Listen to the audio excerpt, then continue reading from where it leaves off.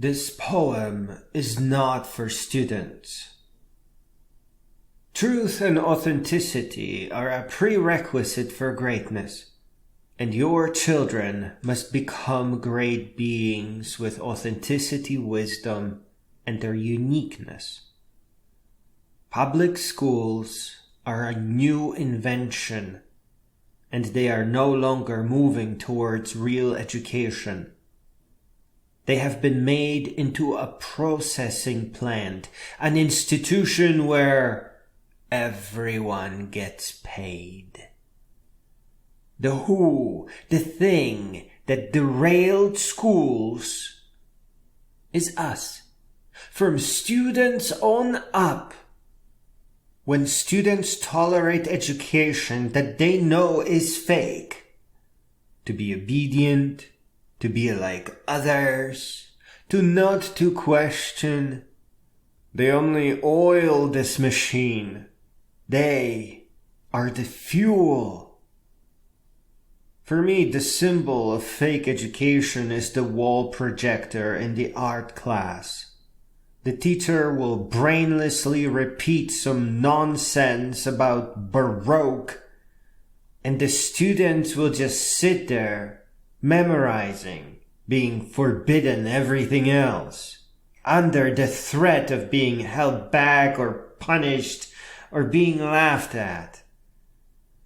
If they use the projector to project their selfies on paper and created realistic drawings and paintings of each other, eventually they would naturally reinvent the entire history of art, including Baroque style of expression and decoration. But instead, what they get is a teacher who is hardly present and certainly grotesque, going on full auto until work is over. The loans are a scam, and any commercial software being taught in school is a scam as well. When profiteering gluttons concoct the idea of loans for teenagers, with that tiny little quirk of not ever being forgivable by any kind of process, including bankruptcy, it means school is over and self-education must take over. It means that schools will now be used for money-making, and that will be their end. Your children will be subjected to even more brainless lectures as teachers are replaced with videos that can't ever amount to a decent, inexpensive audiobook. Furthermore, spying on the students in any way is unethical and harmful. It is a betrayal and insult of the worst kind. Eye tracking during tests is especially harmful and demeaning. This is not how we are to treat our students. This is a disgusting betrayal. Because to keep making money, curriculums must be created and updated. Wisdom and foresight will be damned. Closed software is forcing your child to become a customer. It is an insult to you, to your children, and to your children's future. By the time they reach high school, they should be able to write simple programs, paint digital portraits, and sculpt and model 3D objects, along with being able to edit video and audio.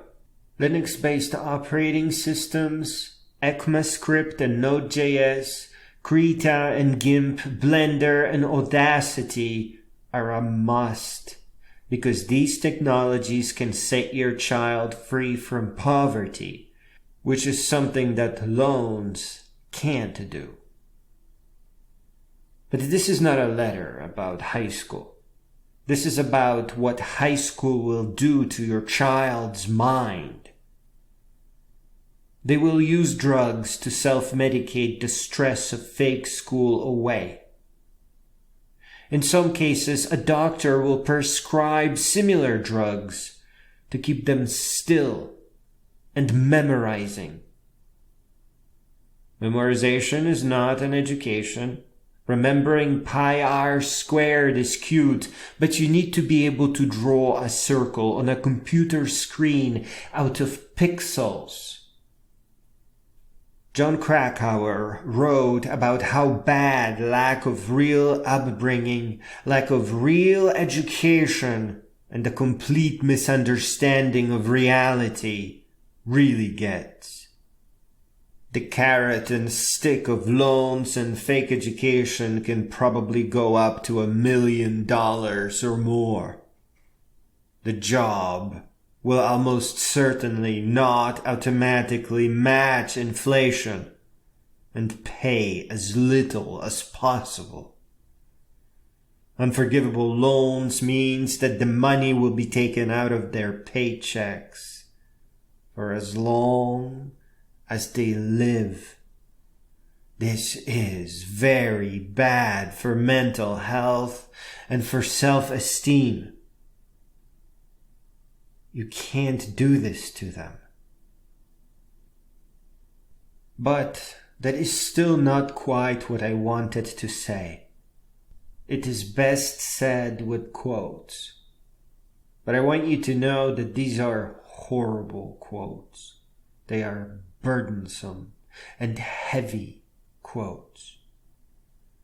And that they are questions that you need to explain to your child or children, because you are not allowed to put them in a situation where they return from college with tens of thousands of dollars in college loan and credit card debt, with fake education, an education so ineffective that they wouldn't know a philosopher from a liar, so ineffective that they would have learned 100,000 times more if you just helped them navigate their noblest and greatest curiosities all around the world.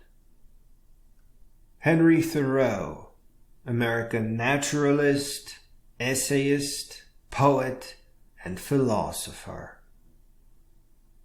I went to the woods because I wished to live deliberately, to front only the essential facts of life, and see if I could not learn what it had to teach, and not when I came to die discover that I had not lived. I did not wish to live what was not life. Living is so dear. Nor did I wish to practice resignation, unless it was quite necessary. I wanted to live deep and suck out all the marrow of life, to live so sturdily and Spartan-like as to put to rout all that was not life, to cut a broad swath and shave close, to drive life into a corner and reduce it to its lowest terms. And now a little bit of text by Kurt Vonnegut, one of our most beloved writers. So, in the interests of survival, they trained themselves to be agreeing machines instead of thinking machines. All their minds had to do was discover what other people were thinking, and then they thought that too. An additional quote. Your parents were fighting machines and self-pitying machines. Your mother was programmed to bowl out at your father for being a defective money-making machine, and your father was programmed to bowl out on your mother for being a defective housekeeping machine. They were programmed to bowl each other out for being defective loving machines. Then your father was programmed to stomp out of the house and slam the door. This automatically turned your mother into a weeping machine. And your father would go down to the tavern where he would get drunk with some other drinking machines. Then all the drinking machines would go to a house and rent f***ing machines. And then your father would drag himself home to become an apologizing machine. And your mother would become a very slow, forgiving machine. And one more quote, because Kurt Vonnegut is something else. Here is what Kilgore Trout cried out to me in my father's voice. Make me young. Make me young. Make me young. And Charles Bukowski, who is one of our greatest poets, and writes in a way that nobody can critique. Nobody. How in the hell could a man enjoy being awakened at 8:30 a.m. by an alarm clock, leap out of bed, dress, force feed, shit, piss, brush teeth and hair, and fight traffic to get to a place where essentially you made lots of money for somebody else and were asked to be grateful for the opportunity to do so? And my quote, I am absolutely the worst of all writers. You are not allowed to deny your children knowledge, wisdom, and greatness in any way. This is their world now. This is their future. I will close with a poem that we should have read in a wiser and peaceful today, instead of these terrible quotes. A poem that is worthy of us, and that we are worthy of. Cosmos by Walt Whitman, who includes diversity and is nature, who is the amplitude of the earth and the coarseness and sexuality of the earth and the great charity of the earth and the equilibrium also, who has not looked forth from the windows the eyes for nothing, or whose brain held audience with messengers for nothing, who contains believers and disbelievers, who is the most majestic lover, who holds duly his or her triune proportion of realism, spiritualism, and of the aesthetic or intellectual, who having considered the body finds all its organs and parts good, who out of the theory of the earth and of his or her body understands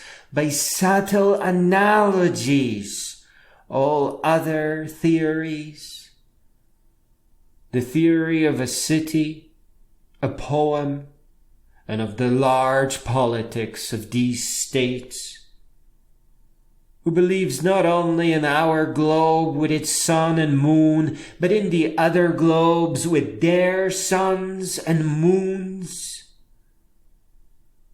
who constructing the house of himself or herself, not for a day, but for all time, sees races, eras, dates, generations, the past, the future, dwelling there like space, inseparable together.